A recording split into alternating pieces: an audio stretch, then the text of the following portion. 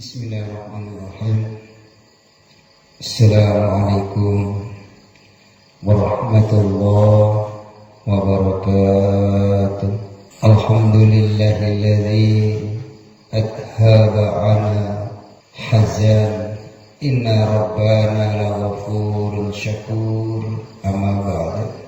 Hadirin jamaah yang dimuliakan Allah Subhanahu wa taala, senantiasa kita ucapkan puji syukur kehadirat Allah Subhanahu wa taala karena kita tiap hari diberikan nikmat yang paling besar adalah nikmat iman dan Islam. Jemaah yang dirahmati Allah, tidak henti-hentinya senantiasa kita meningkatkan takwa kita untuk selalu mencari ridhonya Allah Subhanahu wa taala, karena orang yang sukses, orang yang bahagia, yaitu ketika menggunakan umurnya untuk senantiasa menjalankan tugas-tugas yang diberikan Allah kepada kita semua. Maka mari kita tingkatkan selalu dan senantiasa ketakwaan ini hanya kepada Allah Subhanahu wa taala. Usaha menghabiskan umur kita yang sebentar di dunia ini untuk mencari ridhonya Allah Subhanahu wa taala. Jadi umur kita yang hanya sebentar ini, marilah kita habiskan hanya untuk mencari ridhonya Allah. Kita bekerja dari rumah, membaca bismillah, itulah nilai ibadah. Untuk keluarga, setiap kegiatan apapun dimulai dengan membaca bismillah. Setiap nikmat apapun yang diberikan Allah kepada kita ucapkan alhamdulillah.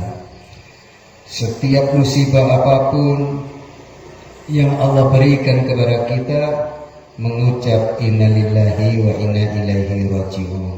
Ucapan-ucapan yang ringan ini kelihatannya sepele, tapi nilai di sisi Allah Subhanahu wa taala mendatangkan rahmat, dan kita akan dituntun jalan menuju surganya Allah Subhanahu wa taala. Pada pagi hari ini, kunci sukses jalan menuju surga. Jadi kunci sukses menuju jalan surga itu bagaimana? Maka mari kita kaji bersama agar kita bisa mempunyai bekal untuk mendapatkan rahmatnya Allah, sehingga kita dituntun menuju jalan surga. Hadirin yang dimuliakan Allah Subhanahu wa taala, maka salah satunya adalah menghabiskan umur kita ini yang hanya sebentar ini untuk kehidupan yang selama-lamanya di akhirat. Itulah kunci sukses untuk menuju surganya Allah Subhanahu wa taala. Maka hadirin yang dimuliakan Allah, sudah menjadi tertibnya Allah di dunia ini. Jadi Allah sudah membuat tata tertib di dunia ini. Barang siapa yang tidak mau taat kepada Allah, akhirnya dia akan taat kepada setan dan bala tentaranya. Jadi kalau kita ini tidak taat kepada Allah, pasti dia taat kepada setan dan bala tentaranya. Barang siapa yang tidak sibuk dan tidak repot untuk menjalankan perintah-perintah Allah, maka dia akan sibuk dan repot menjalankan perintah-perintah setan dan bala tentaranya. Jadi kalau kita ini tidak sibuk dengan ketaatan kepada Allah, tidak sibuk menjalankan perintah Allah, maka secara otomatis akan sibuk menjalankan perintah setan laknatullah. Inilah para jamaah yang dirahmati Allah Subhanahu wa taala. Tapi kita tidak sadar bahwa setiap perintah yang tidak kita kerjakan, sesungguhnya kita dikuasai oleh setan laknatullah. Maka hadirin yang dimuliakan Allah, barang siapa yang tidak menyibukkan hatinya untuk zikir kepada Allah, maka hatinya akan sibuk mengingati makhluk yang akan menyusahkan dia di dunia dan akhirat. Jadi kalau hati kita yang sibuk tentang dunia, maka dia akan disusahkan dunia dan akhiratnya. Siapa sibuk memikirkan akhirat, maka dunia dia dapatkan, akhirat dia bahagia selama-lamanya. Maka kita harus terus-menerus jangan putus asa mencari rahmat dan ridhonya Allah Subhanahu wa taala. Jamaah yang dirahmati Allah, barang siapa yang tidak menggunakan umurnya untuk berbuat kebaikan, maka tanpa sadar dia telah terjerumus menggunakan umurnya menuju keburukan. Itulah tipu daya setan yang kita tidak sadari. Maka cara membentengi biar kita ini bisa mengamalkan agama, maka banyak berzikir kepada Allah. Jadi zikir itu banyak sebanyak-banyaknya agar setan tidak mampu untuk menggoda hati kita. Setan tidak mampu menguasai kita. Caranya sholat dan sholat. Ini pesan Nabi sampai akhir hayatnya, yaitu kita disuruh menjaga sholat kita, jangan sampai bolong, jangan sampai kita tinggalkan.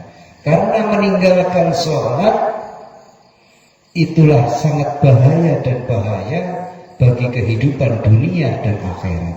Kalau dia tidak mentaati perintah Allah, maka kesusahan dunia akan dia dapatkan. Hartanya banyak, sering sakit, sehingga harta itu habis untuk berobat. Ini tanda bahwa kita ini umurnya tidak barokah. Kalau kita diberikan sakit tambah taat kepada Allah, maka sakit kita sebagai penghapus dosa.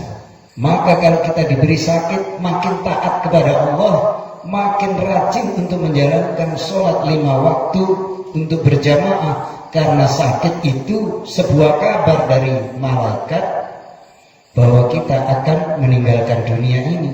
Sedangkan meninggalkan dunia ini menuju bekal akhirat harus kita pikir, bagaimana saya di akhirat bisa bahagia, bagaimana saya di akhirat bisa mempunyai bekal yang banyak. Maka kita harus banyak-banyak berdoa kepada Allah, banyak berzikir kepada Allah, menjalankan tugas yang diberikan oleh Allah yang wajib, yaitu sholat 5 waktu selalu berjamaah.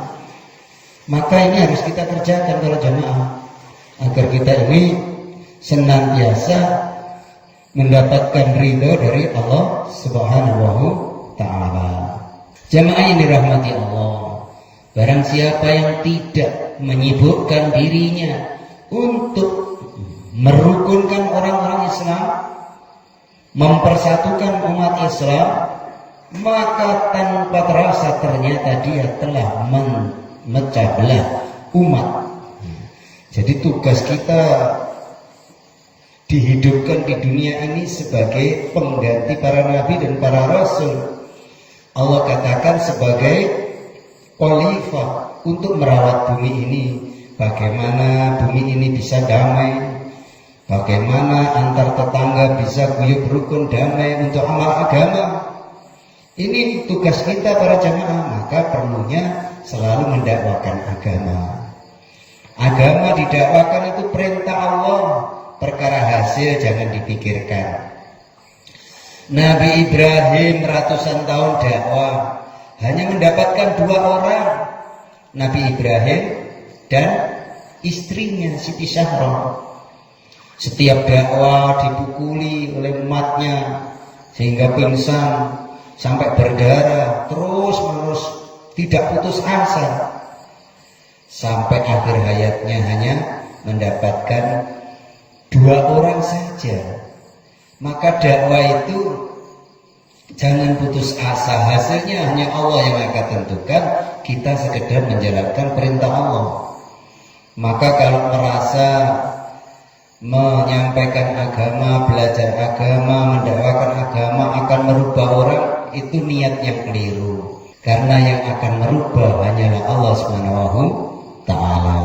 Manusia tidak akan bisa merubah siapapun tanpa seizin Allah Subhanahu ta'ala. Maka dakwah, belajar ilmu agama ini harus kita dakwakan terus-menerus. Sampai kapan? Sampai kita meninggalkan dunia ini.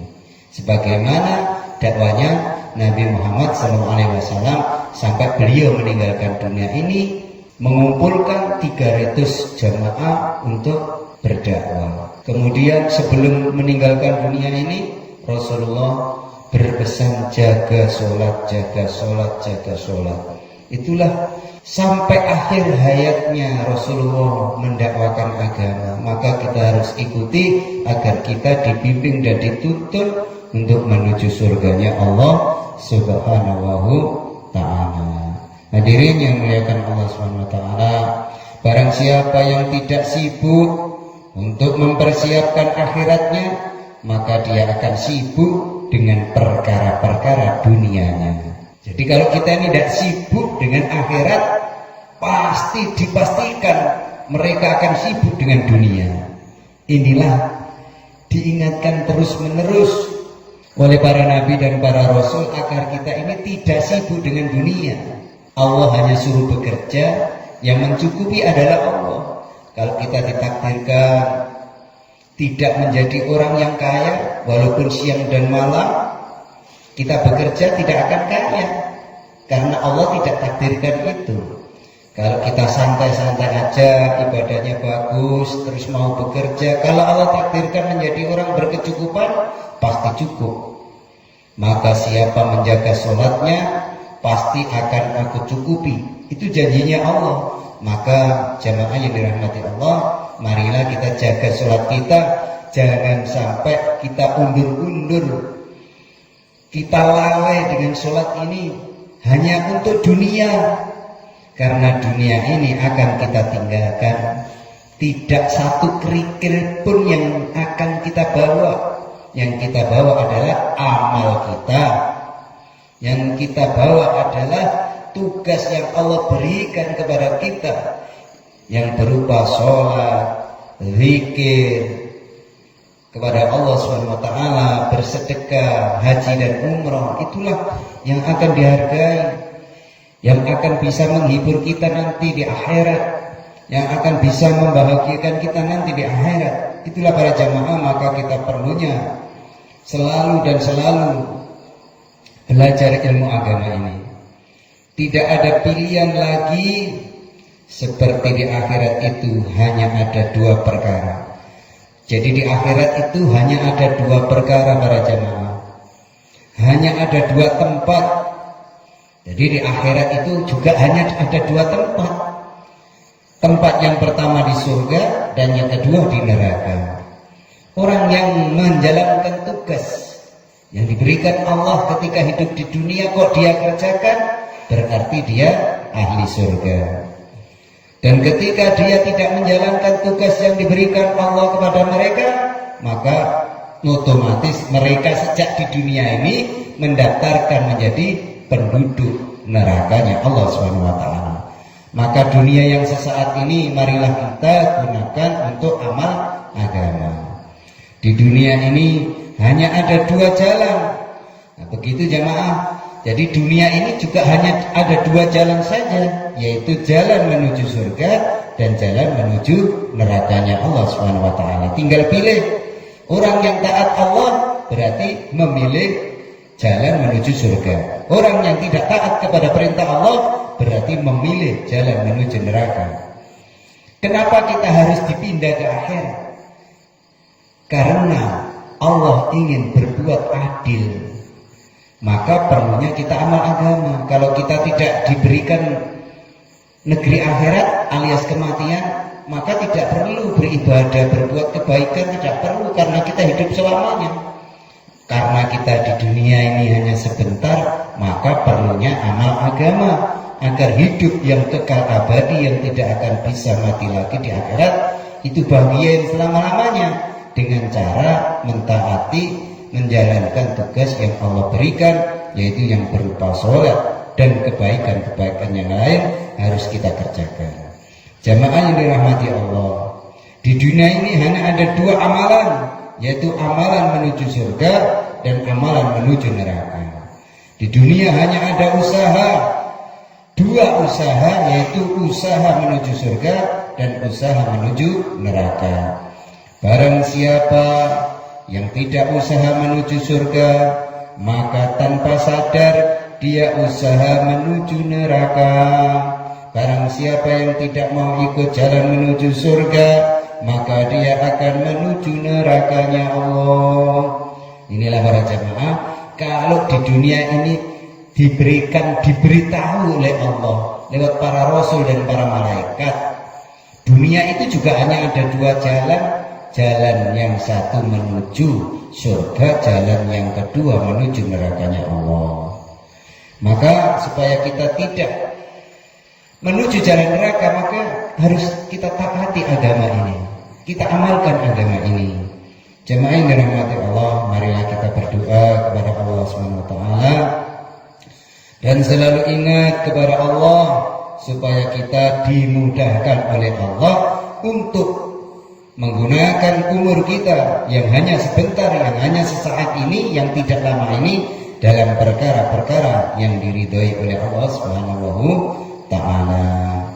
Hadirin yang dimuliakan Allah Subhanahu Wa Ta'ala, di antara rahmat Allah yang diberikan umat ini, yaitu umat ini dijadikan oleh Allah Subhanahu Wa Ta'ala umurnya pendek-pendek.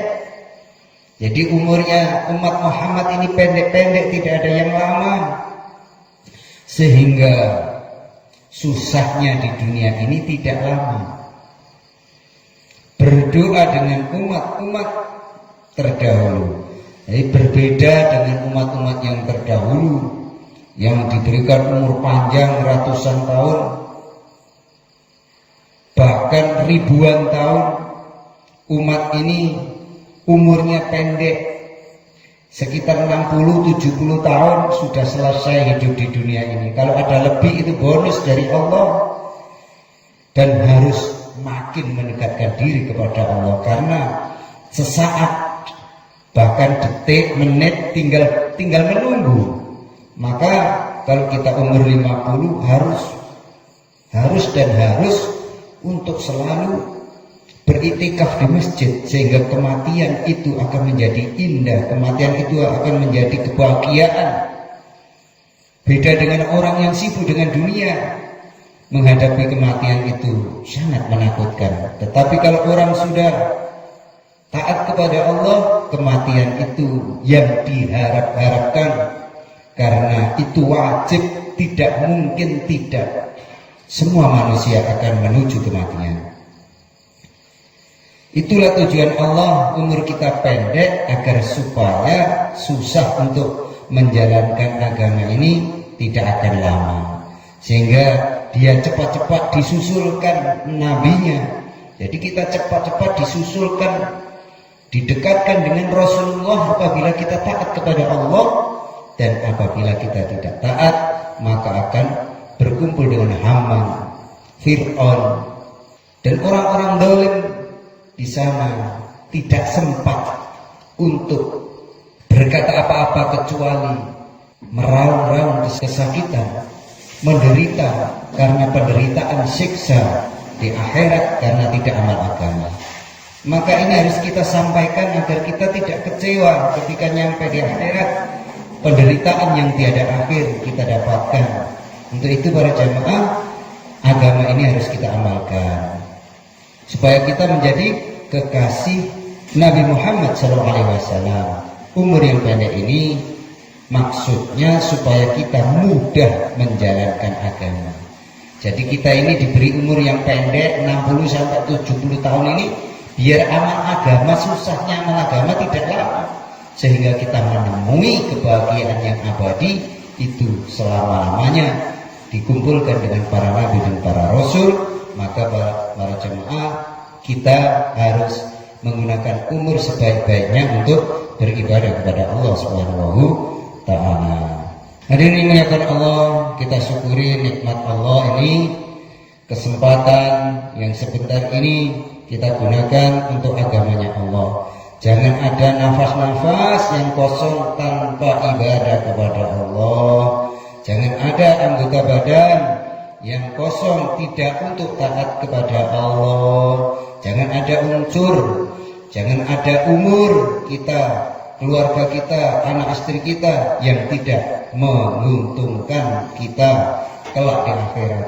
Jadi istri-istri kita ajak untuk selalu taat menjalankan ibadah kepada Allah. Anak-anak kita ajari untuk taat kepada Allah, sehingga ketika kita meninggal dunia bisa menguntungkan buat kita, karena amal-amal orang yang taat kepada Allah terus mengalir kepada kita ketika kita ajarkan agama ini kepada istri dan anak-anak kita. Maka jamaah yang dirahmati Allah, bila kita berpikir seperti ini, berarti kita memahami kenikmatan Allah Subhanahu wa taala yang diberikan kepada kita. Itulah para jamaah kunci bagaimana supaya kita dibimbing menuju jalan surganya Allah Subhanahu wa taala, yaitu selalu memikirkan orang lain, bagaimana orang lain itu supaya taat kepada Allah. Maka perlu dakwah ini kita terus lantunkan, sampaikan kepada umat ini, sehingga umat ini akan bisa bertemu kembali kita kelak di akhirat, di surganya Allah Subhanahu wa taala. Semoga termasuk kita semua. Mari kita tutup taklim kita pada hari ini dengan doa akhir majelis. Subhanaka Allahumma wa bihamdika asyhadu an la ilaha illa anta astaghfiruka wa atubu ilaik. Wassalamualaikum warahmatullahi